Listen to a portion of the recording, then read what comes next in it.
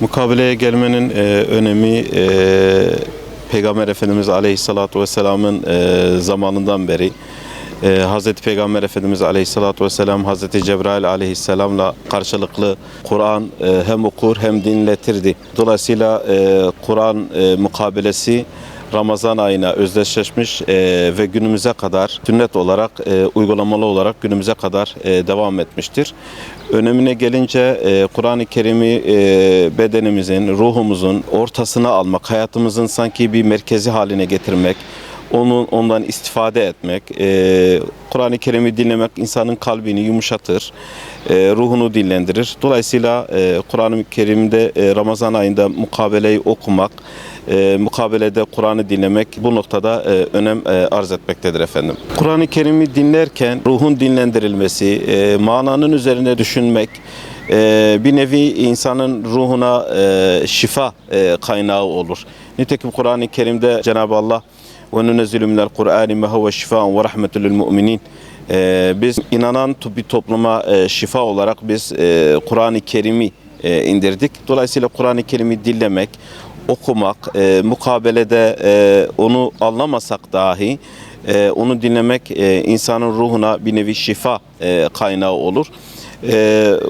Manasını bilenler mananın üzerine bir nevi düşünmeye vesile olur. Kur'an'ı bu Ramazan ayında 30 gün boyunca dinlemek ya da okumak bir nevi insana Kur'an'ı kendi hayatın merkezine alarak manevi bir haz alır inşallah. Camide ve evde mukabele yapmak arasında Kur'an'ı okumak veya dinlemek noktasında fark olmasa da caminin amacına, ruhunun amacına uygun olarak camide bir araya gelmek açısından camide mukabeleye katılmak, Kur'an'ı okumak, dinlemek daha önemlidir, daha sevaplıdır. Bu açıdan toplumsal olarak, toplum olarak camide bir araya gelmek adına birlikte Kur'an'ı okumak, dinlemek Ramazan'ın ruhuna belki o manevi iklimine daha uygun olacağı kanaatindeyiz. Özellikle gençlerimize şu mesajı vermek istiyorum. Cenab-ı Allah'ın biz insanlara fırsat ayları vardır. Bu mübarek Ramazan ayı da bizim için fırsat ayıdır.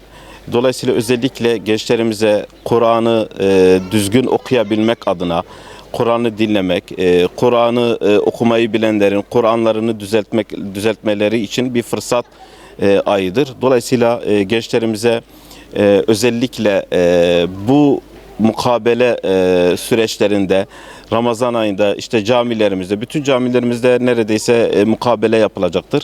Kur'anlarını düzeltmek isteyen, Kur'anların işte biraz daha bol okumak, çünkü Kur'an-ı Kerim ayıdır, mübarek Ramazan ayı. Gençlerimize özellikle bu ayda fırsatları değerlendirmek adına Kur'anlarını düzeltmek için mukabelelere katılmaları önem arz etmektedir. Mukabele ile ilgili özellikle ailelere tavsiyem şu noktadadır. Çocuklarımızı mukabeleye yönlendirelim. Camilerde Kur'anları dinlesinler. Kur'anları zayıf olanlar, okumaları zayıf olan gençlerimizin bu mukabelede Kur'an dinleyerek Kur'anlarını düzeltmeleri, Kur'an'ı dinlemeleri, dinlemek dahi insanın ruhuna, bedenine, aklına şifa olacağını düşünüyorum. Onun için mukabele noktasına bütün ailece katılmak, çocuklarımızla katılmak, ailece bu ayı ihya etmek bence son derece önemlidir. Fırsat aylarıdır.